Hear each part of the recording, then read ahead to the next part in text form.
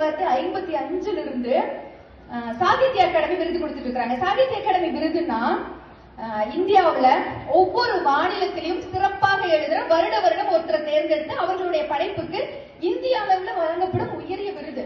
அந்த விருதை வழங்குவாங்க. அந்த விருது இதுவரைக்கும் 1/3 விருது திருநெல்வேலியை சேர்ந்தவங்க வாங்கியிருக்காங்க. எவ்வளவு ஒரு பெருமையான விஷயம் இல்லையா?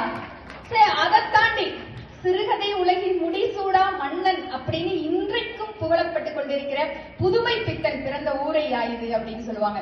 இன்னைக்கும் புதுமை பித்தனோட கதைகள் வாசிச்சோம்னா அவ்வளவு அருமையாக இருக்கும். சோ இப்படி நாங்க எல்லாம் சொல்ற இந்த இடம், இந்த ஊர் அப்படிங்கறத விட இந்த இடத்துக்கு ஒரு சிறப்பு இருக்கு.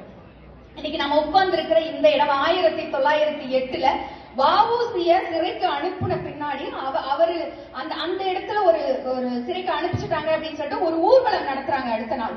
சோ அந்த ஊர்வலம் நடந்த இடம், வரலாற்று சிறப்பு மிக்க இந்த இடத்துல நாம இன்னைக்கு உட்கார்ந்து இருக்கிறோம்.